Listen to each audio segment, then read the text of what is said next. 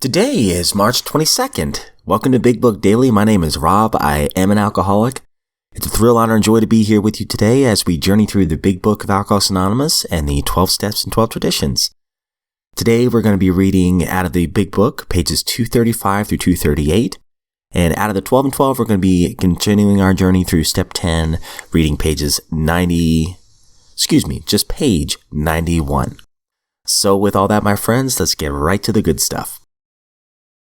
So if you recall from yesterday's reading out of the Big Book, we are on our sixth story of the pioneers of AA, and these are the ones who were obviously the pioneers during the early days of AA, and they ended up dying sober. They lived the rest of their lives without taking another drink. And this is Jim's story here. It says, this physician, one of the earliest members of AA's first black group, tells of how freedom came as he worked among his people. And yesterday, we read a little bit about his childhood and how he lived in fear. There seemed to be so much fear in this guy named Jim. He was confronted a lot as a kid, was very much a pacifist, did not want to fight, was afraid to fight. Kind of grew up in a very puritanical home, and every now and then he would have a little bit of whiskey, but it's not been a problem yet. However, we're going to see that it becomes a problem today. So again, we're going to be reading pages 235 through 238. This was around 1935, and it was about this time that I actually started drinking. During the years of 1930 to 1935, due to the Depression and its aftermath, business went from bad to worse. I then had my own medical practice in Washington, but the practice slackened and the mail order business started to fall off. Dad, due to having spent most of his time in a small Virginia town, didn't have any too much money, and the money he had saved and the property that he had acquired were in Washington. He was in his late 50s, and all that he'd undertaken fell upon my shoulders at his death in 1928. For the first couple of years, it wasn't too bad, because the momentum kept things going. But when things became crucial, everything started going haywire, and I started to go haywire with them. At this point, I believe I had only been intoxicated on maybe 3 or 4 occasions, and certainly whiskey was no problem to me. My father had purchased a restaurant, which he felt would take up some of my spare time, and that's how I met Vi. She came in for her dinner. I'd known her about 5 or 6 months. To get rid of me one evening, she decided to go to the movies, she and another friend. A very good friend of mine who owned a drugstore across the street from us came by only about 2 hours later and said that he had seen Vi downtown. I said that she told me she was going to the movies, and I became foolishly disturbed about it. And as things snowballed, I decided to go out and get drunk. That was the first time I was ever really drunk in my life. The fear of the loss of Vi, and the feeling that, though she had the right to do as she pleased, she should have told me the truth about it upset me. That was my trouble. I thought that all women should be perfect. I don't think I actually started to drink pathologically until approximately 1935. About that time, I had lost practically all my property except the place that we were living in. Things had just gone from bad to worse. It meant that I had to give up a lot of the things that I had been accustomed to, and that wasn't the easiest thing in the world for me.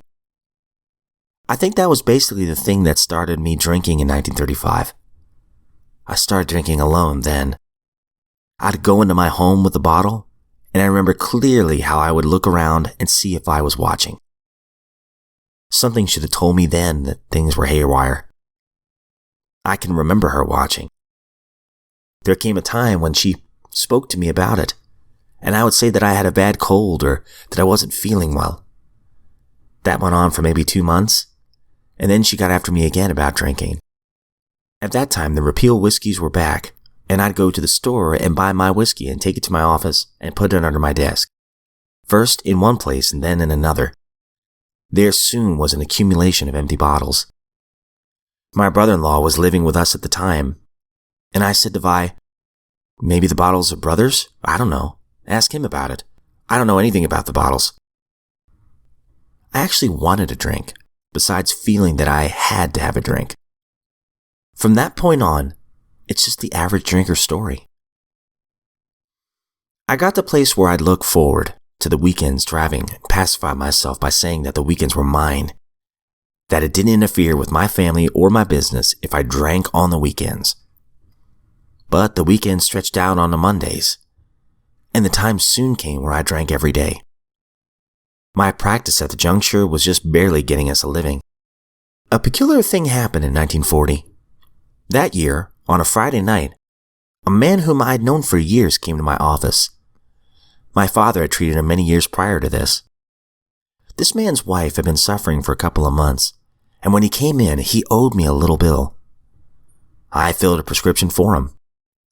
The following day, Saturday, he came back and said, "Jim, I owe you for that prescription last night. I didn't pay you." And I thought, I know you didn't pay me because you didn't get a prescription.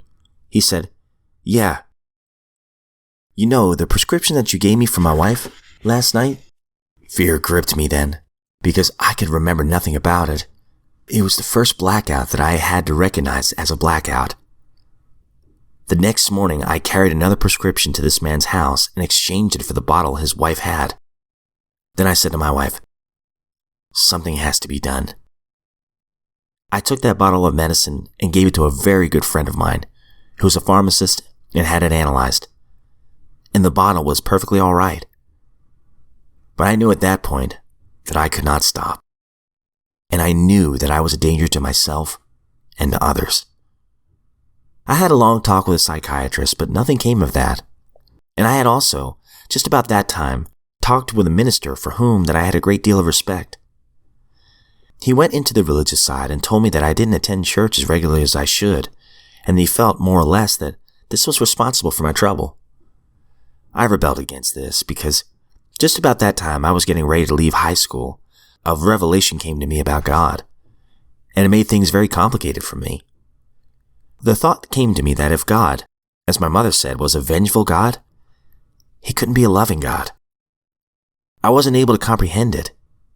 I rebelled, and from that time on, I don't think I attended church more than a dozen times.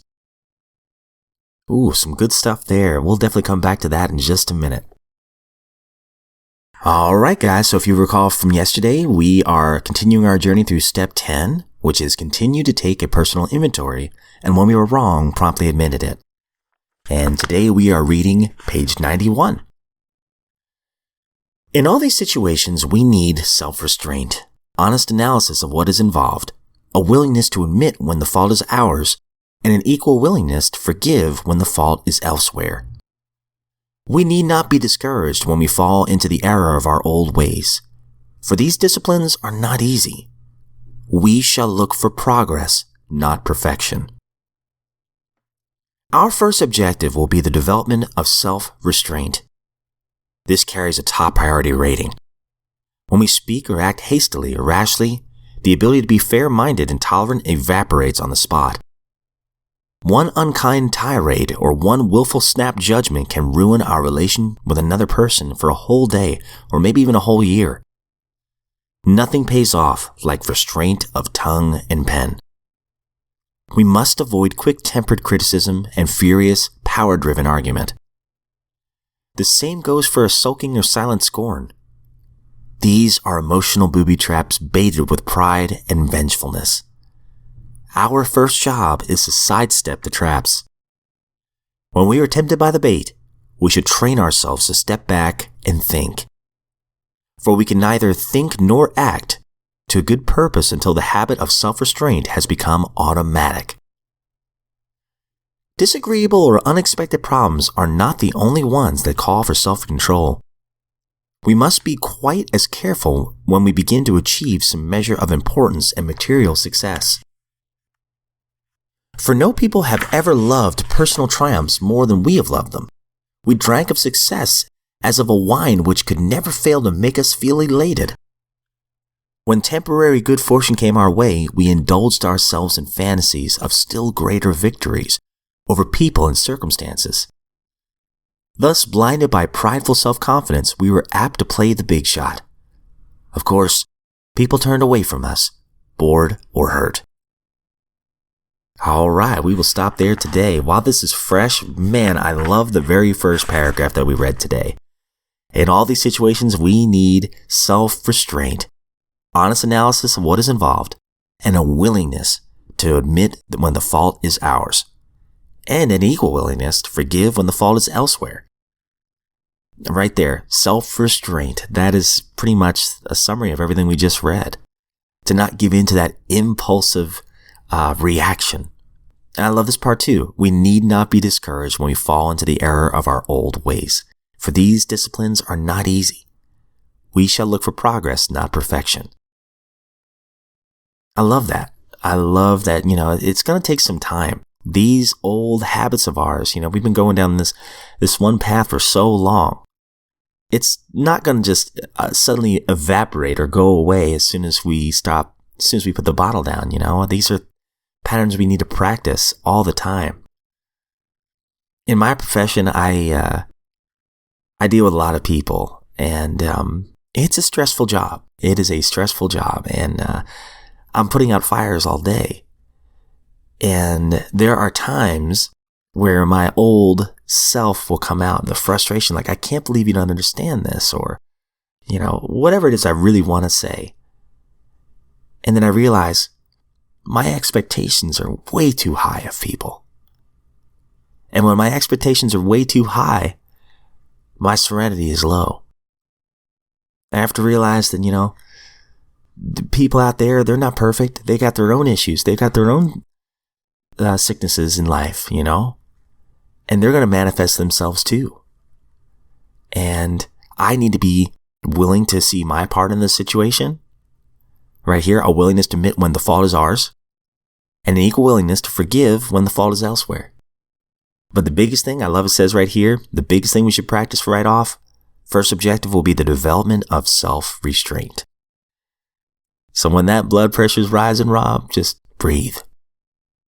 Believe it or not, the old military box breathing technique has really helped me with this. Just taking that breath, thinking about this just a half second before you respond. Is it worth it? Is this truthful? Is this necessary? Is it kind? And if it's not, bite your tongue. That's what I tell myself. I'm not telling you that. You can take your own strategy if you want. But anyways, I digress. So go into the big book real quick. We can definitely see that Jim's drinking has gotten worse. And speaking of expectations of his wife, Vi, they're pretty darn high. And he's drinking when she doesn't meet those expectations. It's a recipe for disaster. And as he's filling prescriptions, he's starting to black out and give people the wrong prescription. Obviously, we can see that it's becoming unmanageable. I've been there with the blackouts. It's a terrifying feeling.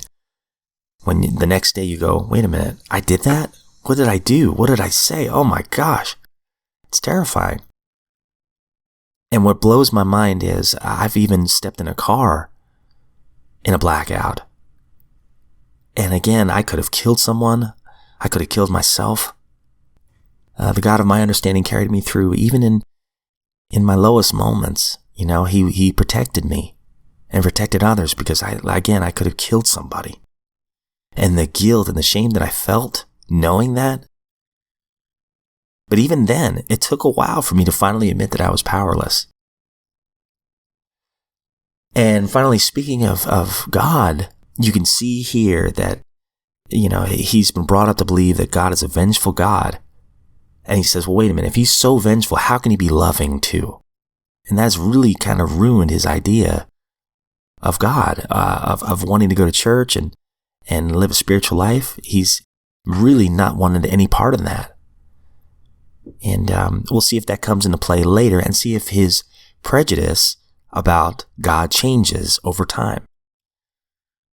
So that's all we have for today, my friends. Thank you so much for listening. As always, I don't speak on behalf of AA, Al-Anon, NA, or any other organization. I am just a friend in recovery who loves these two books. It has really been a thrill to kind of go through these together. And just on a daily basis, it's really held me accountable, and I've loved it. And I'm just grateful that it might help one other person out there. As a matter of fact, Big Book Daily, we got our first email from a person all the way in Portugal just a few weeks ago. And I thought that was really special. So thank you so much for listening. No matter where you are, it means a lot that we're in this lifeboat of recovery together. And again, thank you so much for listening. And I am looking forward to seeing you back here tomorrow.